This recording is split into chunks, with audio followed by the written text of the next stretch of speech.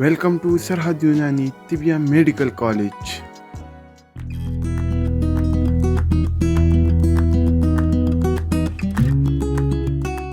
السلام علیکم عزیز ساتھیوں، میں آپ کی خدمت میں حاضر ہوں FTJ یعنی فاضل الطب والجراحات کے 4 سالہ کورس کے ویڈیو لیکچرز کے ساتھ۔ یہ video lectures national council for طب حکومت پاکستان کے منظور شدہ نصاب کے مطابق تیار کیے گئے ہیں۔ ہم علم الادویہ یعنی ہربل میڈیسنز کے بارے میں سیکھ رہے ہیں اور یہ ہمارا 15واں لیکچر ہے۔ ہم اپنے آج کے لیکچر میں دواؤں کی اصلاح اور تیاری کے مختلف طریقوں کے بارے میں سیکھنے اور سمجھنے کی کوشش کریں گے اور ساتھ ساتھ ان کی طبی اصطلاحات کو بھی سمجھیں گے، جیسا کہ عمل تسہید کیا چیز ہے جسے جوہر اڑانا کہتے ہیں، عمل تکلیس یا کشتہ سازی کیا چیز ہے، تخمیس یا کسی دوا کو شگفتہ کرنا یا خشک کرنا یا بریاں کرنا کیا چیز ہے، دوا کو مدبر کرنا یا اس کی اصلاح کرنا کیا چیز ہوتی ہے۔ اس کے علاوہ کچھ دیگر طریقہ کار جن سے دواؤں کو تیار کیا جاتا ہے یا دواؤں کی اصلاح کی جاتی ہے، وہ بھی ہم اپنے آج کے لیکچر میں سیکھنے کی کوشش کریں گے۔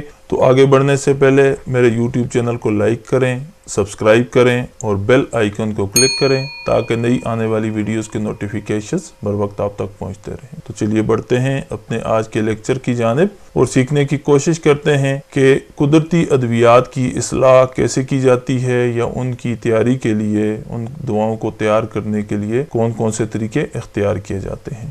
بہت ساری دوائیں قدرتی طور پر جس حالت میں ہمیں ملتی ہیں ہم اسی طرح سے ان کو بغیر کسی تغیر و تبدل کے استعمال کرتے ہیں، لیکن بہت ساری ایسی ادویات بھی ہوتی ہیں جنہیں بغیر احتیاطی تدابیر اختیار کرنے کے یا ان کی اصلاح کرنے کے استعمال میں نہیں لایا جا سکتا ہے۔ خاص طور پر تیسرے درجے کی ادویات یا چوتھے درجے کی ادویات یا بہت ساری معدنیات بغیر اصلاح اور بغیر احتیاطی تدابیر اختیار کرنے کے استعمال میں نہیں لائی جا سکتی ہیں۔ جو تیسرے اور چوتھے درجے کی ادویات جو جڑی بوٹیاں ہوتی ہیں یا کچھ معدنیات بھی ہوتی ہیں ان کو مدبر کیا جاتا ہے، جبکہ بہت ساری معدنیات اور بہت ساری دھاتوں کو عمل تکلیس یعنی کشتہ سازی کے عمل سے گزارنے کے بعد جب وہ جسم میں جذب ہونے کے قابل ہو جائیں پھر استعمال میں لایا جاتا ہے۔ اس کے علاوہ دواؤں کو خالص کرنے کے لیے بہت سارے طریقے اختیار کیے جاتے ہیں، دواؤں کو فلٹر کرنے کے لیے بہت سارے طریقے اختیار کیے جاتے ہیں، یا دیگر جڑی بوٹیوں کو مختلف مراحل سے گزار کر ان کی صفائی کی جاتی ہے، ان کو قابل استعمال بنایا جاتا ہے۔ یہی سب چیزیں ہم اپنے آج کے لیکچر میں سیکھنے کی کوشش کریں گے۔ تو سب سے پہلے ہم عمل تکلیس کے بارے میں پڑھتے ہیں، جسے کشتہ کرنا، کشتہ سازی کرنا یا کیلسینیشن کا عمل کہا جاتا ہے۔ یہ کیا چیز ہے؟ کشتہ سازی یا عمل تکلیس کیا چیز ہوتی ہے؟ کچھ دھاتوں کو، کچھ مخصوص پتھروں کو یا کچھ حیوانات سے حاصل ہونے والے ان کے حصوں کو انسان کے جسم کا جزو بدن بنانے کے قابل بنانے کے لیے انہیں تیز آگ سے گزارا جاتا ہے یا تیز آگ سے جلایا جاتا ہے تاکہ وہ اس قابل ہو جائیں کہ وہ دھات، وہ پتھر یا دیگر جو بھی چیز جس کو ہم بطور دوا جس کو ہم نے استعمال کرنا ہے اس کی سختی ختم ہو جائے اور وہ اتنی نرم ہو جائے کہ بآسانی جسم انسانی میں جذب ہو جائے۔ کچھ پتھروں یا دھاتوں کو براہ راست تنہا آگ دی جاتی ہے، لیکن زیادہ تر دھاتوں یا پتھروں کو کچھ منتخب شدہ جڑی بوٹیوں کے پانی میں یا ان منتخب شدہ جڑی بوٹیوں کے پتوں میں رکھ کر آگ دی جاتی ہے۔ جڑی بوٹیوں کا انتخاب صدیوں پر مشتمل تحقیق کے نتیجے میں کیا گیا ہے، کیونکہ مخصوص دھاتیں یا کچھ مخصوص پتھر ان مخصوص منتخب شدہ جڑی بوٹیوں میں ہی کشتہ کیے جا سکتے ہیں، اور جب یہ کشتہ تیار ہوتا ہے تو انہی جڑی بوٹیوں کے اثرات بھی اس کشتہ میں پائے جاتے ہیں۔ کشتہ سازی کے عمل سے گزرنے والی دھات یا پتھر اتنے باریک ہو جاتے ہیں کہ وہ فوراً جزو بدن بن جاتے ہیں۔ بعض کشتہ جات کی تیاری میں مہینوں بلکہ سالوں لگ جاتے ہیں۔ یہ ایک انتہائی محنت طلب کام ہے اور ماہر معالجین کشتہ سازی پر مہارت رکھتے ہیں۔ ان کی ادویات جسم پر کرشماتی اثرات پیدا کرتی ہیں اور فوری اثر دکھاتی ہیں اور بہت سارے پیچیدہ امراض میں فوری نتائج سامنے آتے ہیں۔ کشتوں کی بہت ساری مثالیں ہیں، یہاں پہ میں آپ کو کچھ مثالیں بتا دیتا ہوں۔ جیسے ہم کشتہ سنگ جراحت تیار کرتے ہیں کشتہ سنگ یہود تیار کرتے ہیں، کشتہ گودنتی ہے، کشتہ بیضہ مرغ یعنی انڈے کے جو چھلکا ہوتا ہے اس کا بھی کشتہ کیا جاتا ہے، کشتہ بارہ سنگا جو بارہ سنگا ہوتا ہے اس کے سینگوں سے تیار کیا جاتا ہے، اس کو کشتہ کیا جاتا ہے، کشتہ کلی، چاندی کا کشتہ، فولاد کا کشتہ، یاقوت، یشب، حقیق اور مرجان کا کشتہ، مروارید کا کشتہ، ہڑتال ورکی، سنکھ، ابرک اور اس کے علاوہ بے شمار دھاتیں اور ایسے پتھر ہیں جن کو کشتہ سازی کے ذریعے ان کو جلایا جاتا ہے، ان کو اتنا نرم کر دیا جاتا ہے کہ وہ جزو بدن بننے کے قابل ہو جاتے ہیں، جسم انسانی میں فوری طور پر ہضم ہو جاتے ہیں اور جذب ہو جاتے ہیں۔ اب یہاں پہ آپ کو کچھ تصاویر بھی دکھائی گئی ہیں۔ کشتہ سازی کا کام ایک انتہائی محنت طلب کام ہے۔ اس میں کسی مخصوص پتھر یا مخصوص دھات کو پیسا جاتا ہے، اس کا برادہ کیا جاتا ہے، باریک کیا جاتا ہے۔ اس کو باریک کرنے کے بعد کچھ جڑی بوٹیوں کے پانی میں، عرق میں یا ان کے پتوں کے رس میں یا خالص پتوں میں ان کو پیس کر ٹکیا کی صورت تیار کیا جاتا ہے۔ یہ ٹکیا تیار کرنے کے بعد ایک مٹی کے ڈول میں ان کو رکھا جاتا ہے اور اس کو اچھی طرح سے ہوا بند کر دی جاتی ہے، اس کی باہر سے مٹی کا لیپ کیا جاتا ہے۔ پھر اس کے بعد ان کو اوپلوں کی آگ دی جاتی ہے۔ جب اوپلوں کی آگ دینے کے بعد وہ تیار ہو جاتا ہے، ٹھنڈا ہو جاتا ہے تو اس کو پیس کر رگڑا جاتا ہے۔ اب عمل تخلیص کا جو مرحلہ ہے یا جو کشتہ سازی کا مرحلہ ہے اس میں بے شمار دوائیں، بے شمار دھاتیں اور پتھر ایسے ہوتے ہیں جن کو اس مرحلہ سے بار بار گزارا جاتا ہے، یعنی پہلی مرتبہ ہی آگ دینے سے وہ کشتہ نہیں ہو جاتا، دوبارہ سے اس کو باہر نکالا جاتا ہے، پھر اسی عمل کے مطابق ان کو مخصوص جڑی بوٹیوں کے رس میں رگڑا جاتا ہے، ان کی رگڑائی کی جاتی ہے، انہیں باریک پیسا جاتا ہے، دوبارہ سے ٹکیا بنائی جاتی ہے، پھر ڈول میں بند کر کے دوبارہ اوپلوں کی آگ دی جاتی ہے اور پھر نکالا جاتا ہے۔ اور بعض اوقات یہ عمل کئی مرتبہ یعنی 20 مرتبہ، 25 مرتبہ، 40-45 مرتبہ بھی ریپیٹ کرنا پڑتا ہے۔ بعض اوقات مہینوں لگ جاتے ہیں۔ تو اتنی محنت کے بعد جب وہ کشتہ تیار ہوتا ہے تو وہ اتنا باریک ہو چکا ہوتا ہے کہ اس کی انتہائی قلیل مقدار چاول کی مقدار کے برابر یا گندم کے دانے کی مقدار کے برابر یا ایک رتی کی مقدار کے برابر استعمال کرواتے ہیں تو وہ جسم انسانی پر پیچیدہ سے پیچیدہ امراض میں فوری اثر دکھاتے ہیں اور بہت سارے امراض بہت جلد رفع ہو جاتے ہیں۔ کشتہ سازی صدیوں پرانا ایک طریقہ کار ہے۔ اس طریقہ کار کے مطابق دھاتوں کا اور پتھروں کا جو کشتہ تیار کیا جاتا ہے انتہائی محنت طلب کام ہے۔ حکماء جب کشتہ تیار کر لیتے ہیں تو یہ کشتہ بہت زیادہ مؤثر اور مفید ثابت ہوتا ہے اور جسم انسانی پر کسی قسم کے منفی اثرات مرتب نہیں کرتا ہے۔ تو اس سلائیڈ میں ہم نے کشتہ سازی یعنی کیلسینیشن کے پروسیس کے بارے میں سیکھا۔ یہ ایک انتہائی عام فن ہے، انتہائی اہمیت کا حامل ہے، کیونکہ کشتہ سازی کے عمل سے گزرنے کے بعد جو دوائیں تیار ہوتی ہیں وہ فوری اثر دکھاتی ہیں اور ان کی قلیل مقدار انتہائی مہلک امراض میں بھی مفید ثابت ہوتی ہے۔ اب اگلی سلائیڈ میں ہم ایک اور دواؤں کی اصلاح کا طریقہ جسے عمل تصحیح کہا جاتا ہے اس کے بارے میں سیکھتے ہیں۔ اسے جوہر اڑانا بھی کہتے ہیں یا سبلیمیشن بھی کہتے ہیں۔ یہ کیا چیز ہے؟ یہ ایک ایسا عمل ہے جس میں کسی ٹھوس چیز مثلاً کافور کو، شنگرف کو، رس کپور کو، لوبان کو، سملفار کو، مرکری وغیرہ کو محفوظ طریقہ سے آگ دے کر ان اشیاء کو بخارات میں تبدیل کیا جاتا ہے اور ان بخارات کو کسی دوسرے برتن میں ٹھنڈک پہنچا کر اکٹھا کیا جاتا ہے۔ یہ عمل تقطیر یعنی عرق کشید کرنے کے عمل جیسا ہی ہے، لیکن عمل تقطیر یعنی عرق کشید کرنے والے عمل میں ہم کسی سیال یعنی لیکوڈ یا رطوبت چیز کو بخارات میں تبدیل کر کے کسی دوسرے برتن میں اس کا عرق جمع کرتے ہیں، جبکہ تصحیح کا جو عمل ہے یا سبلیمیشن کا جو پروسیس ہے اس میں کسی ٹھوس چیز، سالڈ چیز کا جوہر اڑایا جاتا ہے اور اس جوہر کے بخارات کو ٹھنڈا کر کے اس کو پیوریفائی کر لیا جاتا ہے یا اکٹھا کر لیا جاتا ہے۔ اس عمل کو عمل تصحیح کہا جاتا ہے یا جوہر اڑانا بھی کہتے ہیں۔ یہ سامنے آپ کو ایک تصویر دکھائی گئی ہے۔ اس تصویر میں آپ دیکھ سکتے ہیں ایک بڑے برتن میں جس میں آئل ڈالا گیا ہے، ایک باٹل نما ٹیوب کو رکھا گیا ہے جس کے ڈھکن کے ذریعے ایک نالی کو گزارا گیا ہے. اس نالی میں ٹھنڈا پانی اس کے اندر داخل کیا جاتا ہے اور دوسری نالی کے ذریعے ٹھنڈا پانی باہر کی طرف نکل جاتا ہے. اس باٹل نما ٹیوب کو اس برتن میں جس میں تیل ڈالا گیا ہے اس میں رکھا جاتا ہے. نیچے آگ جلائی جاتی ہے اور اس باٹل نما ٹیوب کی تہہ میں ہم یہاں پہ کافور آپ کو رکھا ہوا دکھاتے ہیں. اس کے علاوہ بھی دیگر چیزیں رکھی جا سکتی ہیں. یہ کافور رکھا ہوا ہے. اب یہاں سے نیچے اس کو آگ جلائی جائے گی. یہ آئل گرم ہونے کے بعد اس کی ہیٹ کافور تک پہنچے گی. کافور سے بخارات اڑ کر اوپر کی جانب جب جائیں گے تو اس درمیان سے جو نالی گزر رہی ہے چونکہ اس میں ٹھنڈا پانی آ رہا ہے تو بخارات اس ٹھنڈے پانی کے وجہ سے یہاں پر ٹھنڈے ہو جائیں گے اور جمنا شروع کر دیں گے. ساتھ اس میں ایک تھرمامیٹر بھی لگایا گیا ہے تاکہ آپ کو میئرمنٹ کرنے میں آسانی ہو کہ کس ٹیمپریچر پر یہ کافور بخارات میں تبدیل ہوئی. یہ جو ٹیوب باریک سی جس میں ٹھنڈے پانی گزارنے کے لیے ٹیوب ڈالی گئی ہے اس کو کنڈینسر بھی کہہ سکتے ہیں. اور یہ آئل ہے. یہ کافور کے جو بخارات اس ٹھنڈی ٹیوب کنڈینسر کے ساتھ جا کے ٹھنڈے ہوئے اور جم گئے. یہ جمع ہوا مادہ یہ کافور کا جوہر ہے. یہ آپ کو ایک سائنٹیفک اپریٹس دکھایا گیا ہے. ہمارے حکماء اس کے علاوہ بھی بہت سارے اپریٹس بہت سارے طریقے اختیار کر کے مختلف چیزوں کا جوہر اڑاتے ہیں اور پیوریفائی فارم میں اس کو حاصل کرتے ہیں.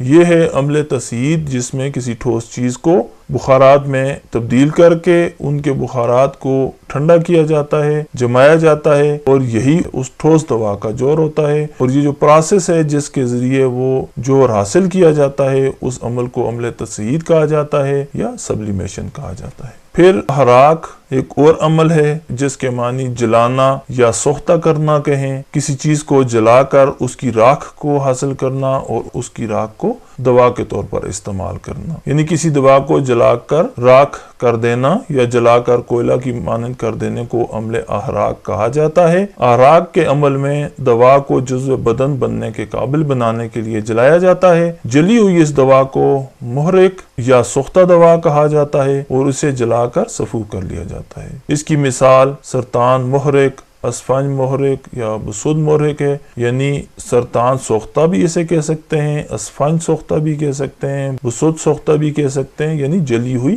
دوائیں ان کو یعنی جلا کر راکھ کر لیا جاتا ہے اور اس راکھ کو باریک پیس کر دوا کے طور پر استعمال کیا جاتا ہے. اس عمل کو احراق یا جلانا یا سوختہ کرنا کہا جاتا ہے. پھر عمل تخمیس ہے. تخمیس کیا چیز ہے؟ کسی دوا کو بریاں کرنا بھوننا شگفتہ کرنا یا خشک کرنا. بہت ساری دوائیں ایسی ہوتی ہیں جن میں نمی کے اثرات پائے جاتے ہیں یا امپیورٹیز ان میں ہوتی ہیں. ان امپیورٹیز کو دور کرنے کے لیے اس میں سے پانی کی مقدار کو ختم کرنے کے لیے ان دواؤں کو خشک کیا جاتا ہے بریاں کیا جاتا ہے. کسی فرائی پین میں یا کسی توے پہ رکھ کر نیچے آگ جلا کر ان میں موجود پانی کو بخارات کی صورت میں اڑا دیا جاتا ہے اور پیچھے وہ خالص دوا رہ جاتی ہے. اس عمل کو عمل تخمیس کہا جاتا ہے یا بریاں کرنا کہا جاتا ہے. جیسا کہ پھٹکڑی کو بریاں کیا جاتا ہے سہاگا کو بریاں کیا جاتا ہے یا اس کے علاوہ بہت ساری ادویات ہیں جن کو استعمال کرنے سے پہلے بریاں کر لیا جاتا ہے.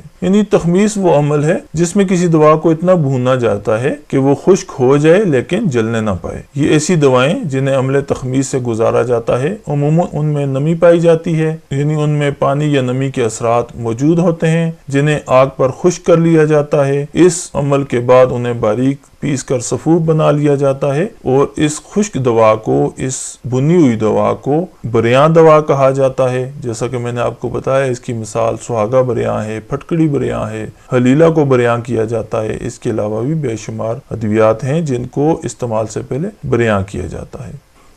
پھر ہم دوا کو مدبر کرنا سیکھتے ہیں کہ دوا کو مدبر کرنا کیا چیز ہے. دوا کی اصلاح یا ایٹینویشن بھی کہتے ہیں ڈرگز پیوریفیکیشن بھی اسے کہتے ہیں. یعنی کسی دوا کے مضر اثرات کو دور کرنا کسی دوا کے مضر اثرات کو ختم کرنا کسی دوا کے نقصان دہ اثرات کو زائل کرنا کسی دوا کو پیوریفائی کرنا اس کی اصلاح کرنا. اس عمل کو مدبر کرنا کہا جاتا ہے.